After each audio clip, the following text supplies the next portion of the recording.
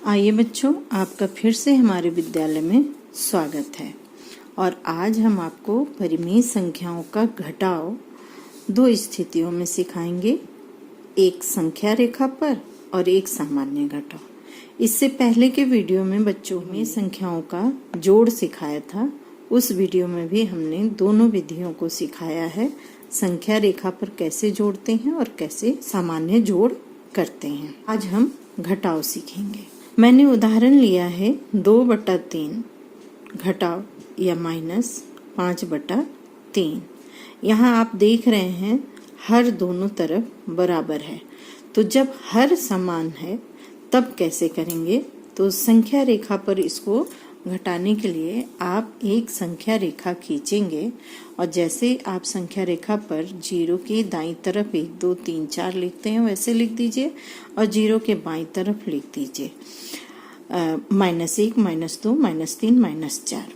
अब आपका जो भी हर है उस हर के हिसाब से आप सारी संख्याओं का हर लिख दीजिए। अब इसके बाद आपका सवाल को हल करने का नंबर आता है।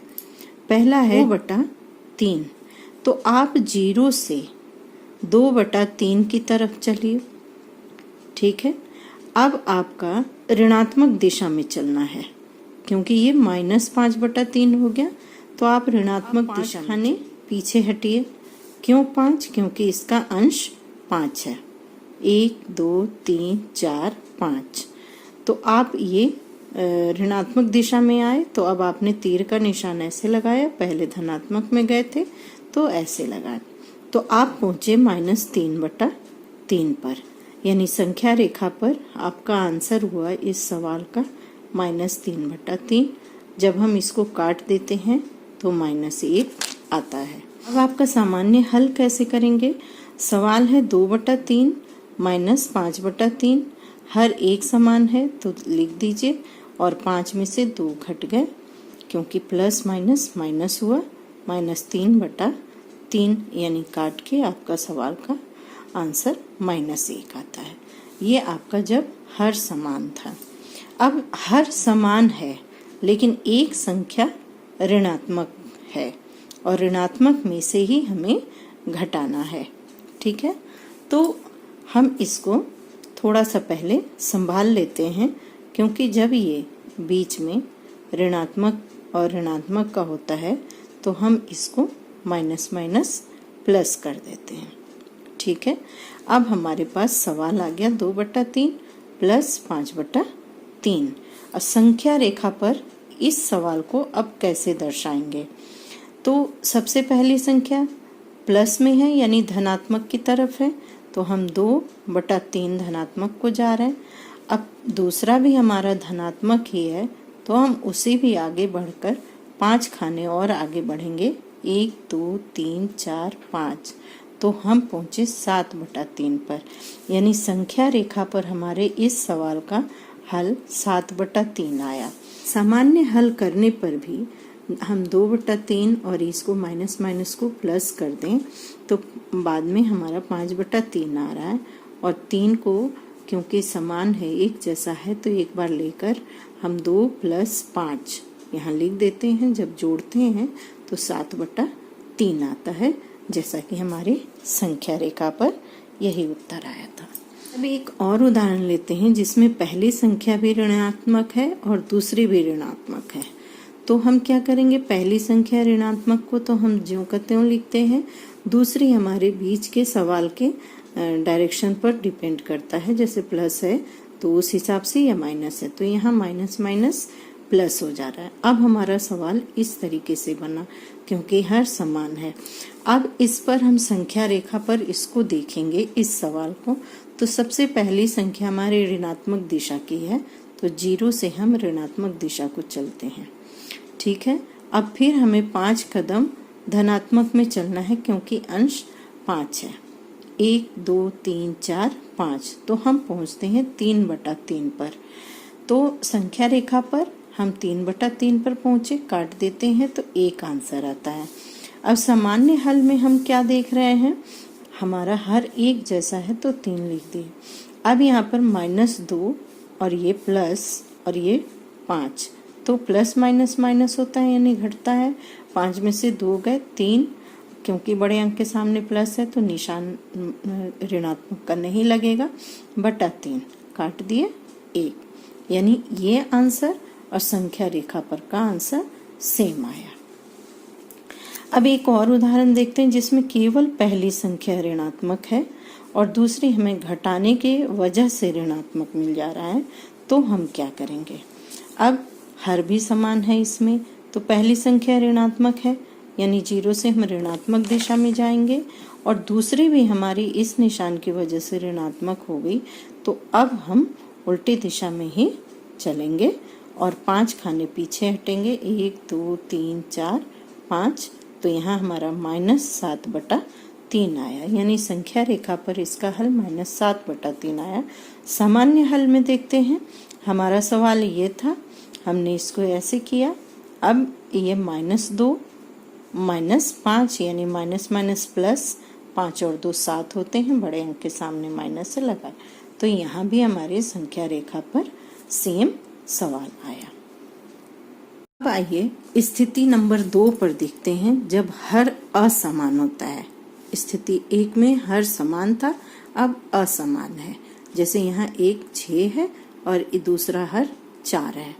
अब इसमें हमारा क्या होता है कि हम इसको हर को लसप निकाल करके बराबर करते हैं। लसप में 12 आया, तो अब इसे भी 12 करना, इसे भी 12 करना, ये मैंने जोड़ के वीडियो में भी समझाया है आपको। तो इसे हम बराबर कर लेते हैं, तो जितनी संख्या से नीचे गुणा करते हैं उतने से ही ऊपर करते हैं, यहाँ भी हुआ है वैसे ही। तो 6 दूनी 12 तो 2 से, 4 तीन 12 तो 3 से। अब हमारा क्या सवाल बन गया, 4 दूनी 8/12 और ये माइनस है 9/12। जब हम सामान्य हल कर रहे हैं तो 12 और 12 सेम हो गए, तो 12 लिख के 8 - 9, ठीक है। तो 9 में से 8 गया, ये क्योंकि प्लस माइनस माइनस होगा, 9 में से 8 गया तो 1 बचा और बड़े अंक के सामने माइनस है तो -1/12। अब देखते हैं संख्या रेखा पर क्या यही आंसर आता है। संख्या रेखा पर दिखाने के लिए हमें सारी संख्याओं के नीचे हर 12 लिखना होगा, धनात्मक तरफ भी और ऋणात्मक तरफ भी। ये जब भी संख्या रेखा पर हल करेंगे तो जो हमारा बराबर किया हुआ हर आएगा उसको हम दोनों तरफ लिखेंगे। अब पहली संख्या क्योंकि धनात्मक दिशा में है तो हम 8/12 तक चलेंगे 0 से, ठीक है। अब हमारी फिर ऋणात्मक हो गया, यानी उल्टी दिशा में आना है। 9 खाने, तो 1 2 3 4 5 6 7 8 9, यानी हम -1/12 पर पहुंचे, जो कि हमारे इसकी की तरह आंसर आ रहा है। घटाव का तो सवाल है, लेकिन दोनों ही परिमेय संख्या ऋणात्मक है और हर दोनों के बराबर नहीं है। हर हमने वैसे ही लसप पर निकाल के बराबर किया, तो सेम कंडीशन से और सेम तरीके से हमने हल किया, बस यहाँ बीच में हमारा माइनस माइनस प्लस हो गया। तो अब हमारे पास आया -8/12 प्लस 9/12। जब हमने सामान्य हल किया तो सामान्य हल करने पर यह -8 प्लस 9 यानी 9 में से 8 गए, 1/12 आ रहा है। तो अब संख्या रेखा पर देखते हैं। अब हमने संख्या रेखा पर लाइन खींच लिया, क्योंकि हमें ऋणात्मक में 8 खानों की जरूरत है, धनात्मक में 9 खानों की, तो हमने बीच में 0 लिखा, ठीक है। अब सबसे पहले ऋणात्मक है तो हम सबसे पहले 8 खाने ऋणात्मक को चलते हैं, तो -8/12 पर पहुंचते हैं। अब हमें धनात्मक तरफ 9 खाने चलने हैं, 1 2 3 4 5 7 8 9, तो हम पहुंचे 1/12 पर। तो हमारी संख्या रेखा पर भी उत्तर 1/12 आया और सामान्य हल से भी 1/12 आया। अब घटाव का सवाल जब हम सीख रहे हैं तो कभी कभी आपको घटाव के सवाल ऐसे रिक्त स्थानों वाले भी मिलते हैं, यानी संख्या हमें ज्ञात नहीं है, 2 संख्याएं कम से कम ज्ञात है, तीसरी ज्ञात नहीं है, तो वो हम कैसे निकालेंगे। तो हम आज सीखते हैं। फिर सवाल है -7/9 माइनस अज्ञात संख्या है बराबर 3। तो हम कैसे हल करेंगे? माना अज्ञात संख्या x है, तो अब हम सवाल को कैसे लिखेंगे? -7/9 माइनस अज्ञात संख्या की जगह x बराबर 3। हमारा यही सवाल हो गया, अज्ञात की जगह x लिखकर। अब हमने लिखा -7/9 इसको x को हम बराबर के बाद में ले जाते हैं और 3 को पहले ला देते हैं। ठीक है, तो x हम यहाँ ले गए और 3 को हमने यहाँ ला दिया। ठीक, तो अब हमारा क्या हो रहा है कि ये -7/9 और ये माइनस, क्योंकि अब एक -3 पूर्णांक है, इसके नीचे 1 मान लेते हैं, तो 1 और 9 का लसापन 9 ही निकलेगा। तो यहाँ 9 है और इसको 9 बनाने के लिए 9 से गुणा करना है, तो हम 9 से ऊपर और नीचे दोनों तरफ गुणा कर देते हैं। तो हमारा क्या हो रहा है? -7/9 माइनस 3 27/9। अब आपका ये -7 और -27/9 आ रहा है, क्योंकि 9 सेम हो गए।